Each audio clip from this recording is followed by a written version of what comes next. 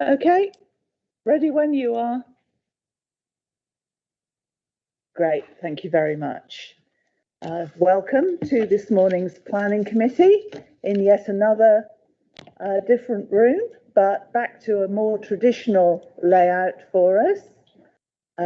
We were promised this room was quieter than some of the other options, so I'm hoping the microphones aren't picking up the sound of the buses outside. This is a quasi-judicial meeting and no decisions are made in advance of the meeting. Members of the committee sit here on behalf of the whole council and not as ward councillors, and just the usual reminder that we do not enjoy any form of parliamentary privilege in the comments that we make. We do have speakers on one item today, and when we get to that item, I will hand over to James to explain the process. The speakers have already been told that there are 3 minutes allocated in total for objection and 3 minutes in total for support. So, turning to the agenda, this meeting will be webcast for live or subsequent broadcast via the Council's meeting YouTube site, and rather than me read out a string of letters and numbers, the best thing to do is to Google that, making sure that you include that it's the meeting YouTube site, and members of the press and public may record and take photographs except where there are confidential or exempt items, of which I don't expect to have any today. Declarations of interest is our second item. Members are reminded that they must declare all relevant pecuniary and non-pecuniary interests arising from any business to be discussed at this meeting. And if a disclosable pecuniary interest is declared, a member must not speak or take part in that agenda item. Any declarations will be recorded in the minutes of the meeting. That's the standard declaration of interest paragraph for all Birmingham City Council meetings. In addition, you may see or hear members excuse themselves from an item where they have previously expressed a view on an item. The expectation is that we approach these deliberations with an open mind and without having predetermined our views. Councillor Moore. Thank you, Chair. Just in respect of item 9, I have been contacted by a number of residents about it because it is in my ward, but I've not expressed any opinions on that, so I do intend to take part, but just want to put that on the public record. Thank you. That's useful. I have apologies from Councillor Griffiths, Councillor Johnson-White, Councillor Mear and Councillor Suleiman, and I think everybody else is here. Chair's announcements, the only announcements I've got for today are that the next meeting will be on the 28th of April. I know that's very close to election day, but we do need to ensure that we have a quorum on that day, as well as on all our other meeting dates. So if you can bear that in mind, that would be useful. We then will meet on the 26th of May.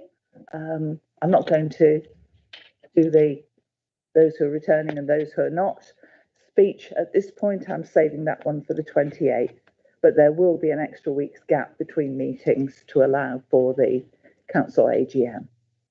And you will be notified about training, although returning councillors will have the option not to attend the full day that's being arranged. On to the minutes then. The minutes of the 17th of March have been circulated. Can we agree those as a correct record?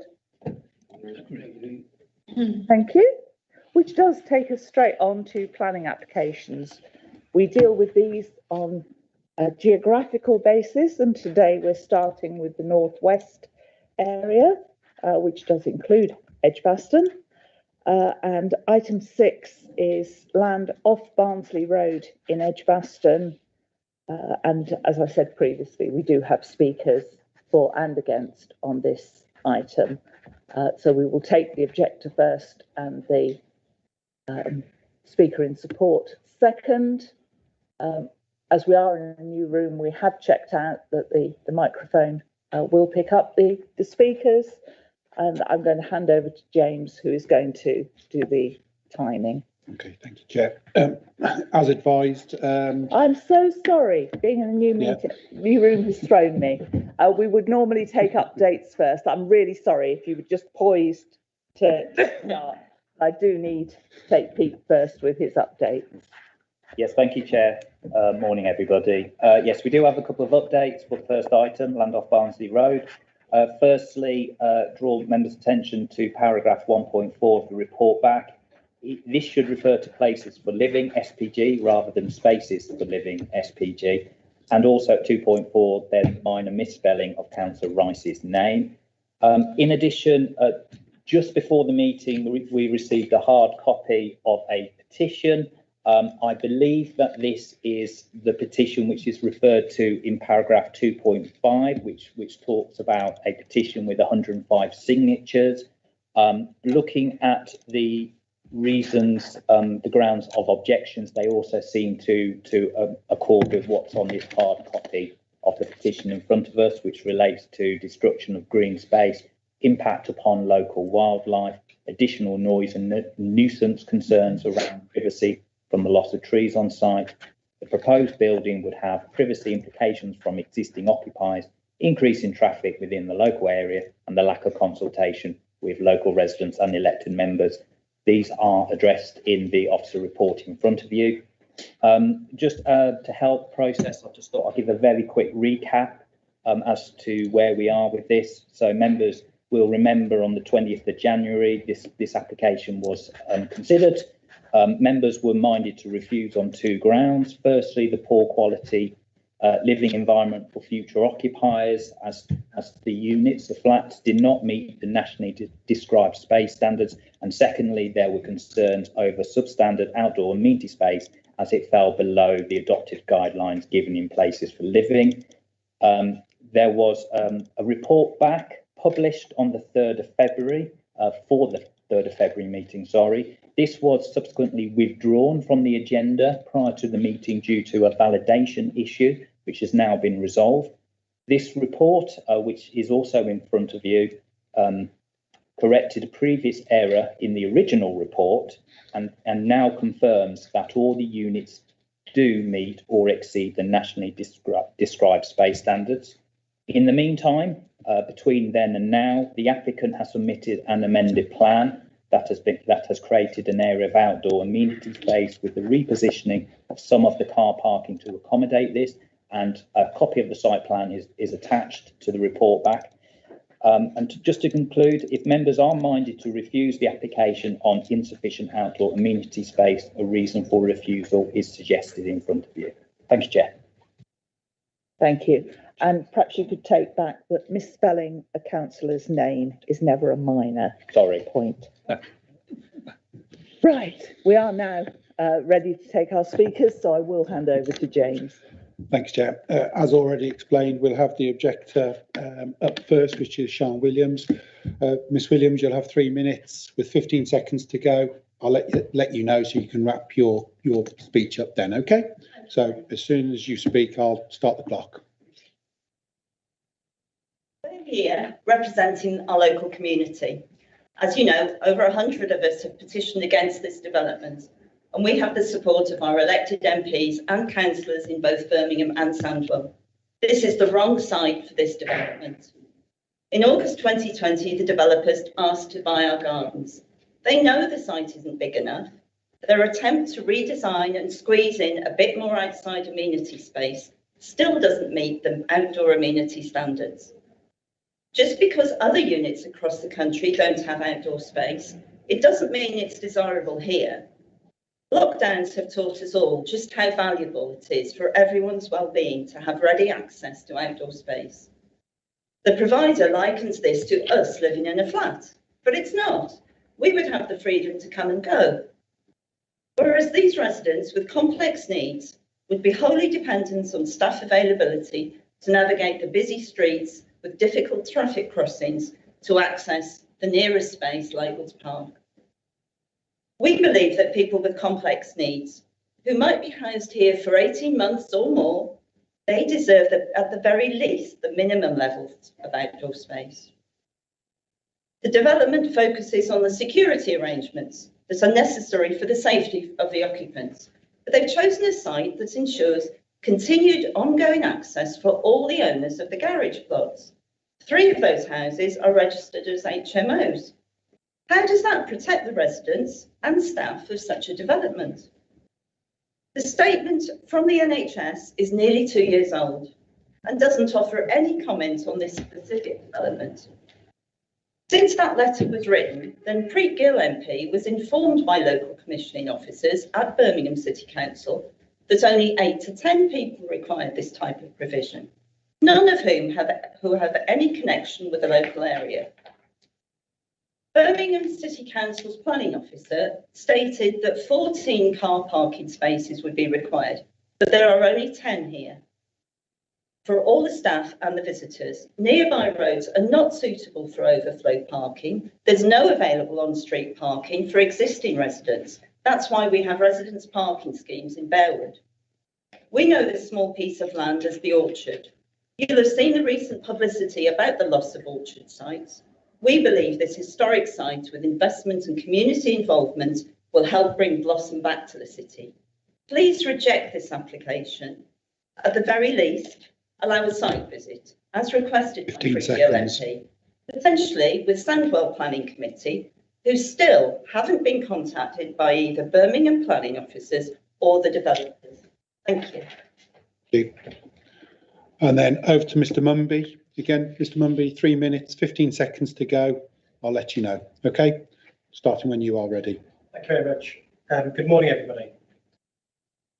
This application has previously been seen by members earlier this year, but was resolved to refuse Planning Commission on the grounds of the size of the accommodation proposed and the overall quantum of amenity space provided. It's been set out by officers this morning that proposed dwelling sizes for the development do in fact meet or exceed space standards and therefore are policy compliant, which addresses this area of concern previously raised by members. In terms of amenity space provision, the applicant has worked on the design alongside the future operator of the care accommodation to look to maximise the potential amenity space provided. This has incurred a redesign of the site layout, which is in front of you today. Overall, the amount of amenity space has been increased. It needs to be remembered, however, that the accommodation the application seeks to provide is not conventional housing and is a bespoke use designed and managed to meet the needs of the vulnerable in society who need specialist accommodation of their own to move out of hospital or other intermediate accommodation. The acute need for this type of accommodation cannot be understated, and the NHS Commissioner for Birmingham has identified a specific need for these types of facilities to immediately house those. The officer's report correctly identifies that the council cannot demonstrate a 5-year housing land supply and therefore the tilted balance is engaged. In decision-making terms, this means that the Planning Commission should be granted unless any harm caused by the development significantly and demonstrably outweighs the benefits. This is a high threshold to meet. The scheme provides much needed housing for specialist accommodation, of which there is a desperate shortage, as set out by the NHS Commissioner. The shortage of amenity space, when considered against normal conventional housing standards, which this development doesn't provide, therefore needs to be judged against the test of whether any harm caused outweighs the benefits in a significant way. As the proposed accommodation provides specialist care, the same criteria of conventional housing should not necessarily be applied. The letter provided to the council from the potential future operators of the accommodation sets out that the bespoke care provided on site would mean that outdoor amenity space would not be used in the same manner. The development in front of you today would provide good quality housing for its occupiers based on extensive experience of those who run these types of accommodation. It is therefore concluded that the matter of any short form of amenity space does not significantly demonstrate harm to address the tilted balance being engaged. This is especially true as the amenity space standard set out in the council's SPG is for conventional housing, which this scheme is not. Thank you. Thank you. Pete, do you want to respond to the points raised and then I'll bring members in? Yes, thank you, Chair, and thank you to our speakers this morning. Starting with the issue of the outdoor amenity space, the amended plan which is in front of you, has made a significant difference in terms of on-site open space provision. It is now coming in at about 21.25 square metres per resident of the flats, compared to Places for Living, which seeks 30 square metres per flat. As highlighted in the report, the proximity to existing public open space can sometimes be a justification for accepting a reduced provision of outdoor amenity space, and as part of the wider planning balance exercise. You'll note that the officer report refers to proximity to local areas of public open space.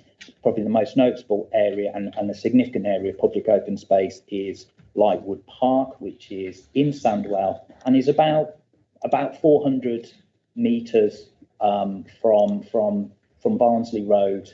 So from the access to the site off Barnsley Road, taking a realistic walking route to the entrance to Lightwood Park.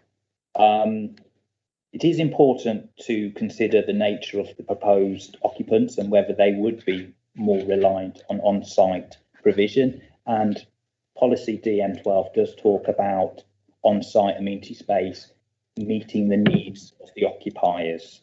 The applicants have highlighted that the residents have a care plan which focuses on individuals engaging with others outside the site and visiting local parks with carers and support staff. So despite the improved on-site provision, members of the planning committee need to consider whether the shortfall is still an area of concern to them.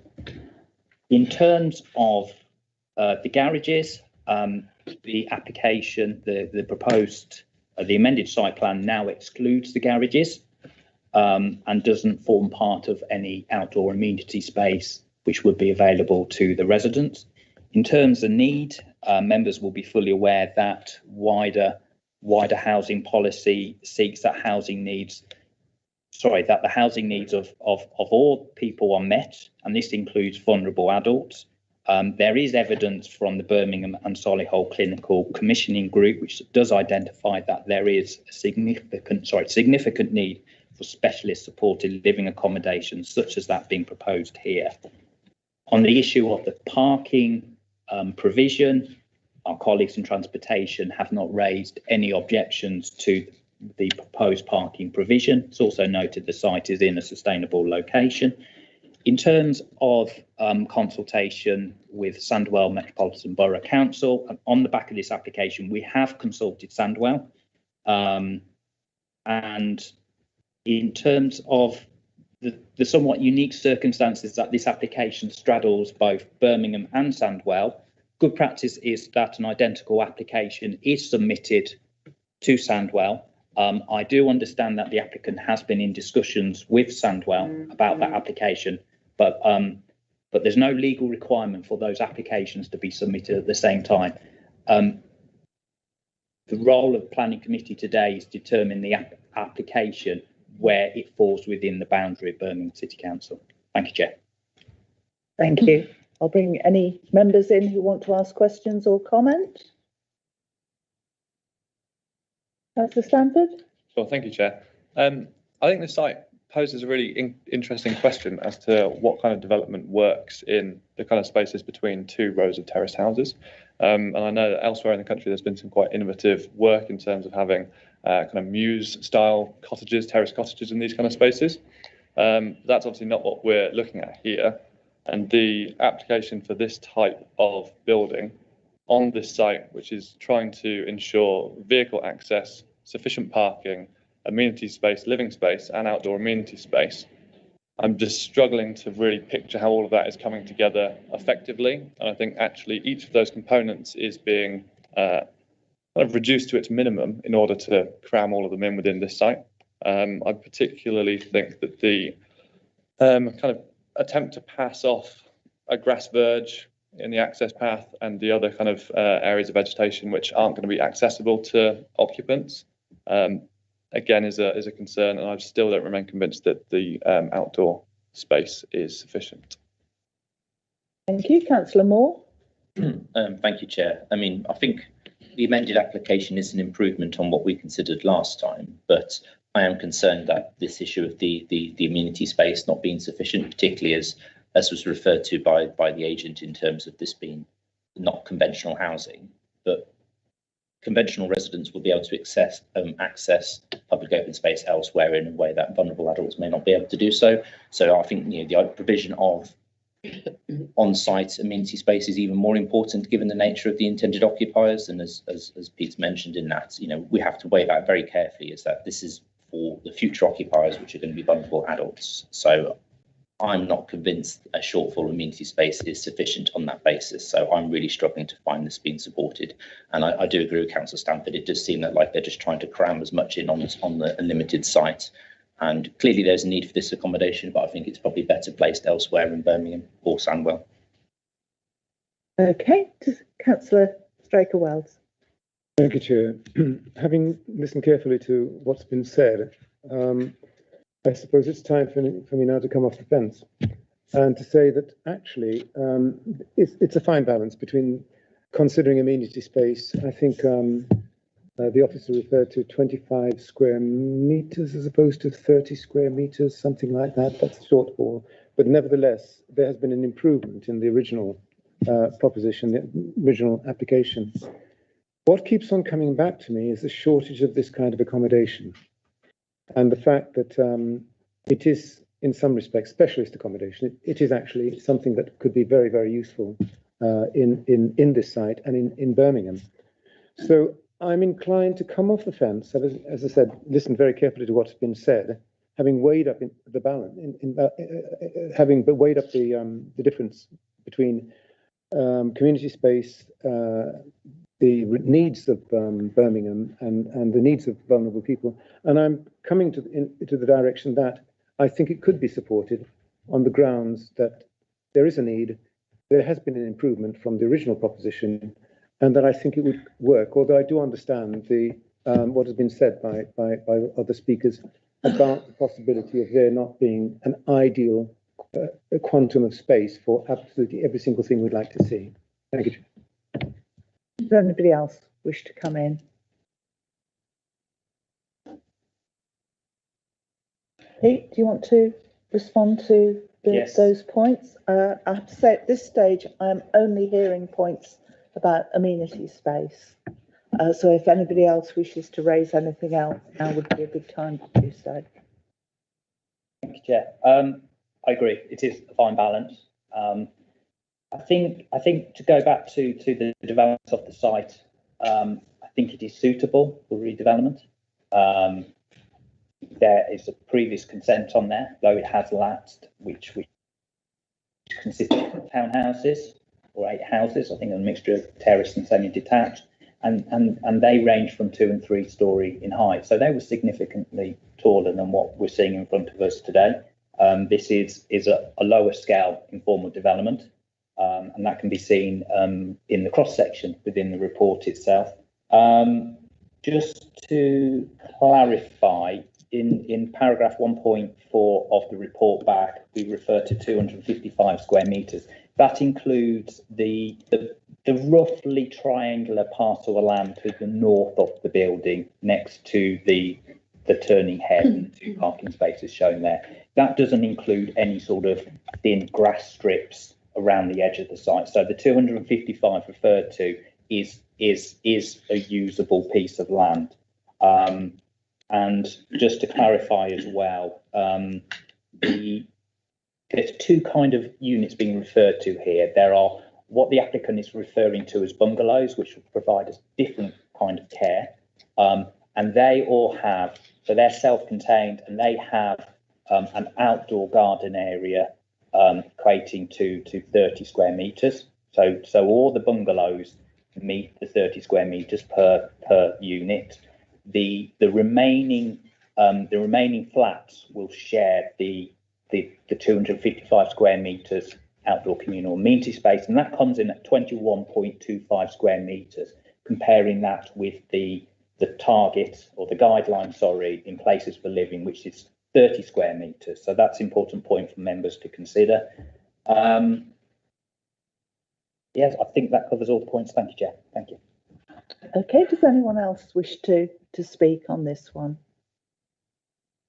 I'm not seeing any hands, so if you are ready to vote, can I see those in favour of the application?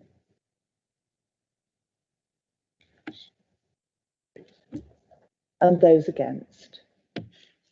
That was 6 in favour and 4 against. That doesn't leave any space for abstentions, so that is approved. Thank you.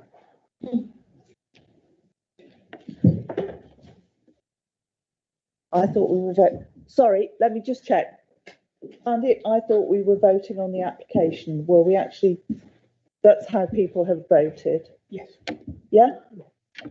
The reason for refusal was in reserve, Okay. but because it's been changed, we were voting on the application. Sorry, I didn't mean to confuse them. No, let me just double check. Thank you.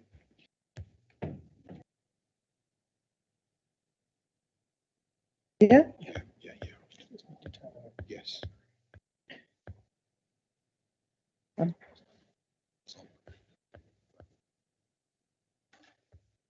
I will get there in a minute. Yes, at 10, it's approved. Okay. Okay, we got the reason for refusal in our back pocket if we had needed it, and we would have addressed that when we came to it. Okay, so yes, you did vote as I thought and you thought on the approval. Thank you. Well, staying with North West and looking at item 7, which is Gailey Park on Walsall Road. We don't have speakers on anything else on this agenda, so I'll ask Pete for any updates on this one. Thank you, Chair, and apologies for causing some confusion just then.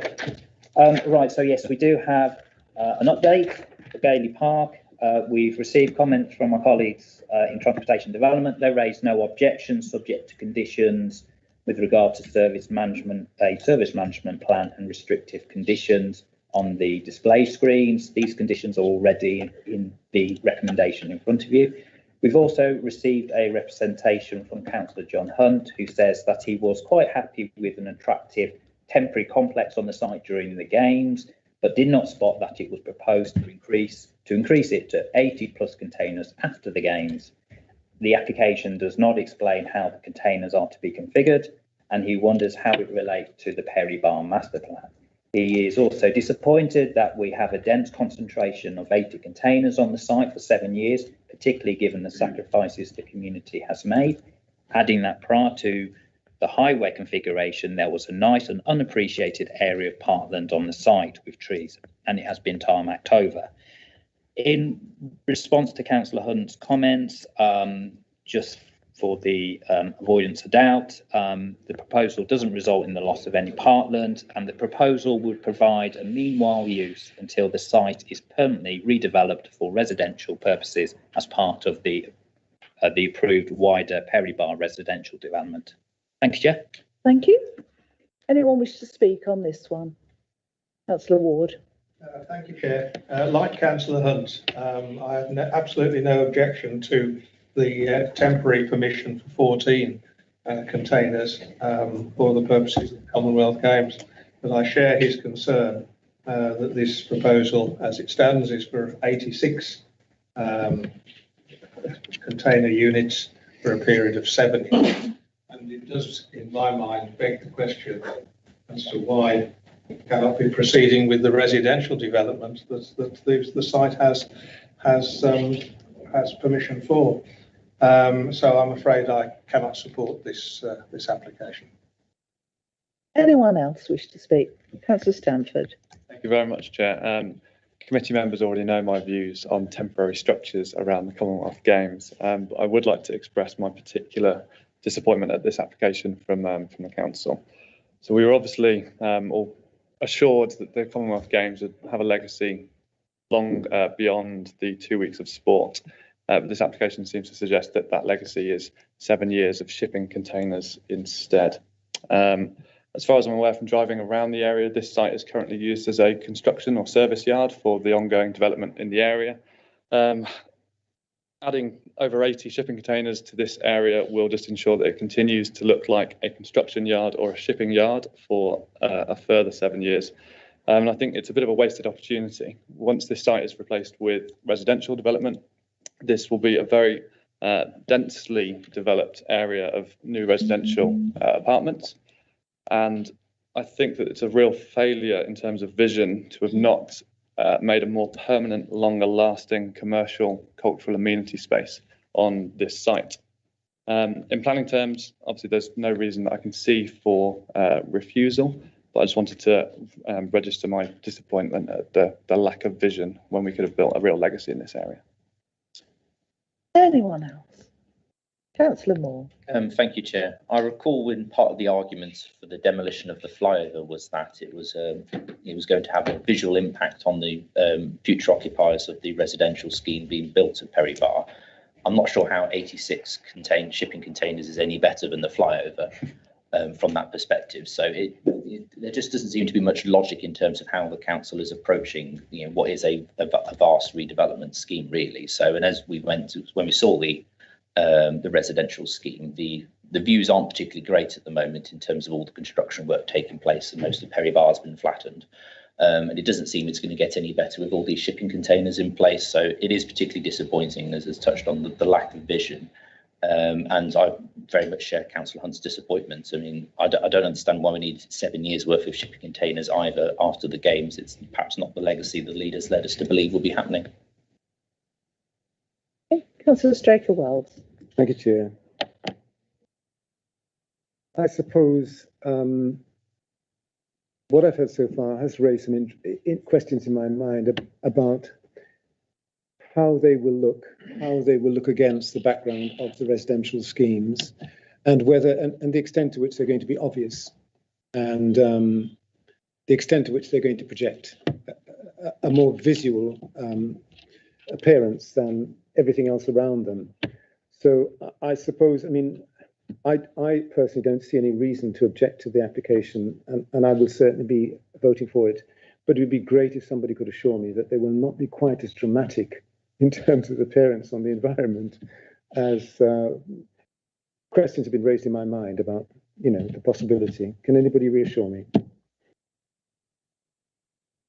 Pete, before you take all those points, can I remind members that you have visuals in your report pack? Pete, could you start by saying what the status of those visuals are? Are they conceptual, or are they likely to represent what we get? I think it's fair to say that they're likely to represent what will be put on the ground. There are conditions controlling levels of elevational treatment. There's also plans for there to be living walls. There will be there's also condition relating to the landscaping. I think it's important to recognise that it would be in nobody's interest if these ship containers look like rust buckets. It is a very innovative way to sort of provide an appropriate temporary use whilst the long term plans come forward. Really, I mean, I'm mindful of a couple of these sort of these schemes coming forward elsewhere. Probably the one that jumps out at me the most is Box Park and Wembley Way, but that's sort of surrounded by a lot of permanent development, but it has blended in well with as a temporary sort of feature. The proposed uses are appropriate for a location, a local centre with good public transport links. It will in itself become a destination. We've seen a number of these sorts of facilities pop up across the country. There's a few in London, I think Brixton, Croydon, I think there's in Newcastle, Sheffield, Manchester. I think it wouldn't be suitable as a permanent feature, but I think as a temporary feature, I think it has a lot to offer. I think it has a lot to offer Perry Bar. And I don't know in directly sort of what the timescales are for the development of what is plot 10 of the Perry Bar residential development. But certainly planning permission has been granted for a residential scheme on the site, which will be sort of a piece of the jigsaw, really. I hope that's of some assistance. Thank you, Jeff. Thank you. Does anybody else wish to comment or ask a question? In that case, if you're ready to vote, can I see those in favour?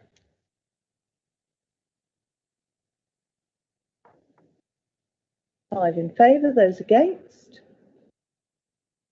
and those abstaining. Okay, so that's 5 in favour, none against, and 5 abstentions, so that is approved. Have a quick change here at the front. We're moving from the northwest to the city centre. And item 8 is land at the corner of Tennant Street and Granville Street in the centre just off Broad Street. And I'll start by asking Nick for any updates. Thank you, Chair. Yeah, so there's a couple of things here. So firstly, we've had a further objection from a previous objector reiterating their concerns in terms of loss of light to Cutlass Court and the impact that would have on the appeal of those flats and their value. There's a couple of tweaks to the conditions in front of you. So condition 13 should be remediation, not radiation. And condition 10, which requires cycle storage details, we're proposing to delete that because we now have a plan showing that. We're also proposing to delete condition 27 around refuse storage because, again, we've had details of that provided on a plan. And finally, to delete condition 22, which is around the end user employment arrangements, because that is already covered by condition 21.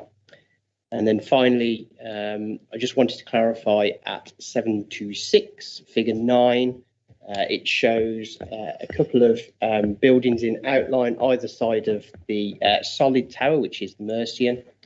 And just to clarify their status, so the one on the left, the skinny long one, that is consented, that is 211 Broad Street.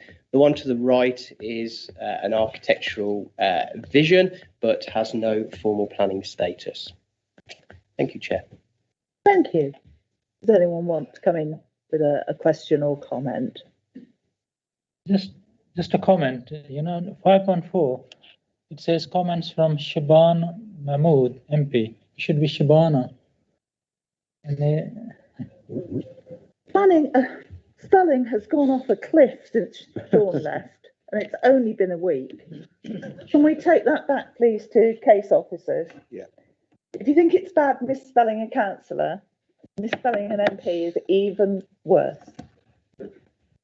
Okay, I offer you my apologies. Okay, thank you for that.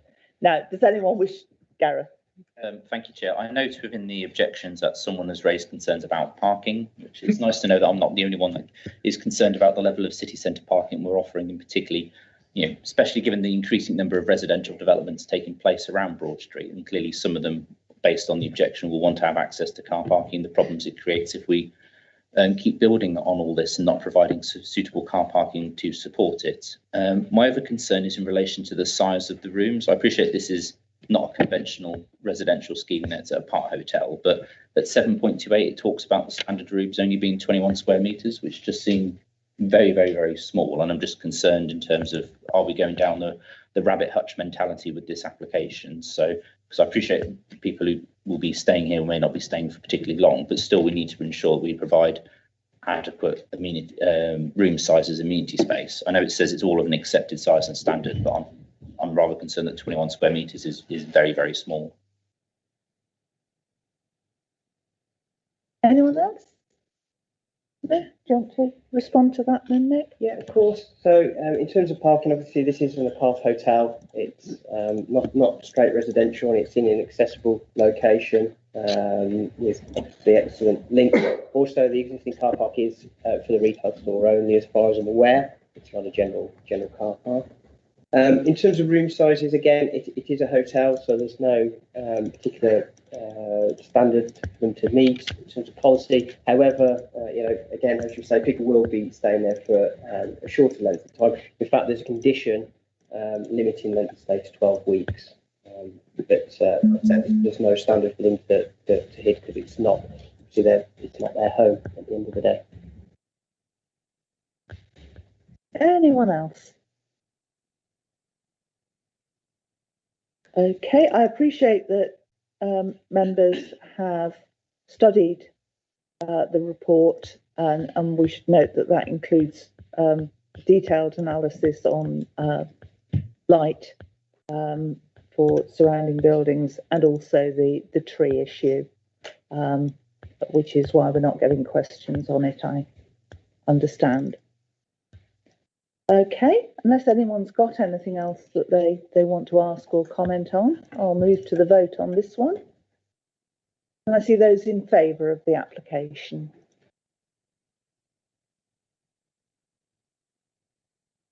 Eight. Those against? And those abstaining. So that's 8 in favour, none against, and 2 abstentions. So that is approved.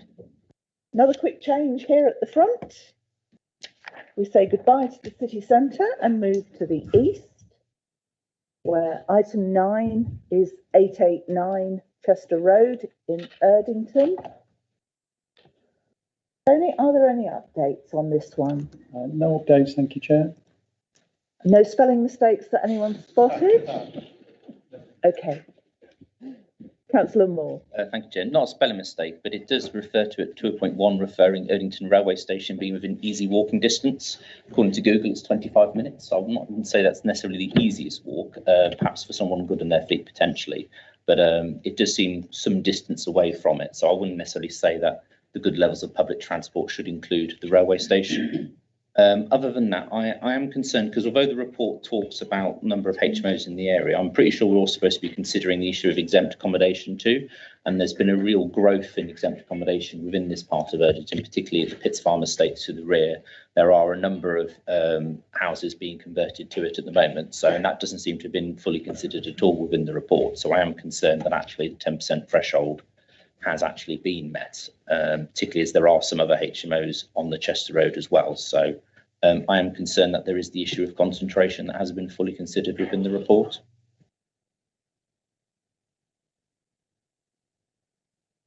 Okay, what is your suggestion coming from that observation?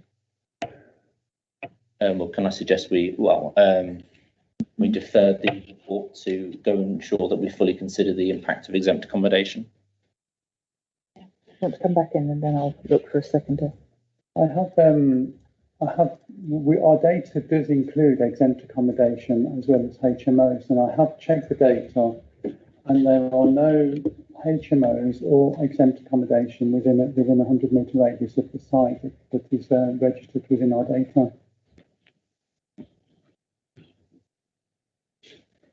Chair, if I may, my concern is the data we have is not accurate. Our data is updated very, very frequently, and I did check the data yesterday, and it does show that there are no exempt accommodation within a 100-metre radius. Now, there may be recent exempt accommodation, but I would suggest that it would be well below the 10% threshold that the policy requires. Okay, I think I will see if there's a seconder for deferring it, just to double check that point, because it's not planning data that we're relying on, it's information supplied by the private rented team. I'm happy to second that proposal. I also just wanted to ask, in terms of policy, do we only consider the surrounding 100 metres for HMOs? Okay, thank you. Okay, what are the dates on this? Does anyone else wish to comment? Councillor Ward. Thank you, Chair. I just wanted to point out that Councillor Moore is being slightly disingenuous in not pointing out that Chester Road Station is only 16 minutes walk. Clever stuff, but slightly disingenuous. Then by the report. Okay, I'm prepared to Yeah. take a view on whether we should defer it for that information to be rechecked? Yeah. I'd just like to ask Councillor Moore, what would he like us to check? Because the officer has checked only yesterday what our up-to-date systems relay back to us, which is what we rely on when we're considering all applications. I'm just wanting clarification if does get deferred, what are members exactly wanting us to go knocking on doors, or just to try and understand where members are coming from with regards to this application being deferred, if that's the case. I understood it to be a double check with private rented sector as to whether they've got any additional properties in the system. Would I be right? Well, my concern is, Chair, that I'm again frequently contacted by residents about more and more exempt accommodation being created without seeing what's on the council's records, because it doesn't list them in the report. So it's difficult to double check. But I think there needs to be a conversation to double check all that the properties that residents are raising with us are either featuring on the list or not.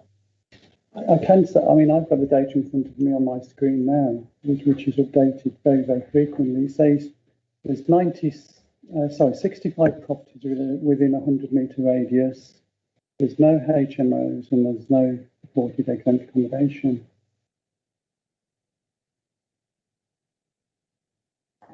Okay, I'm happy to put it to the vote as to whether we defer it for that to be double checked. But I'll take Councillor Straker-Wells, who's waving at me. Thank you, Chair. No, I just wanted to follow up on the question that was raised by James, which is, what is the difference between, if the motions pass, what is the difference between the requests being made and what information has already been provided? If Tony is working off the mapping tool, I think there is potential for one or two properties not to have shown up on there. So I would be looking for a conversation between Tony and the private rented sector team, and offline I'll suggest who that might be, if that's what you want to go ahead with. So I'm going to take a vote on it. It's been moved and seconded. Can I see those in favour of deferring for further information?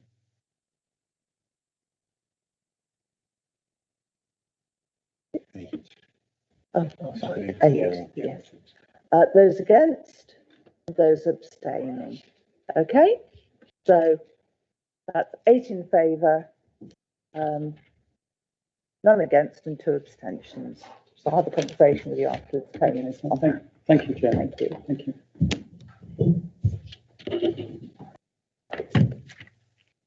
And the next one curiously says it's still in the east, but it's actually in the south. So we've got Louise joining us for item 10, which is 45 Church Road in Edgbaston. And while Louise is getting set up, I'll point out that this is quite unusual in terms of, we usually see a pair of applications where there's a listed building.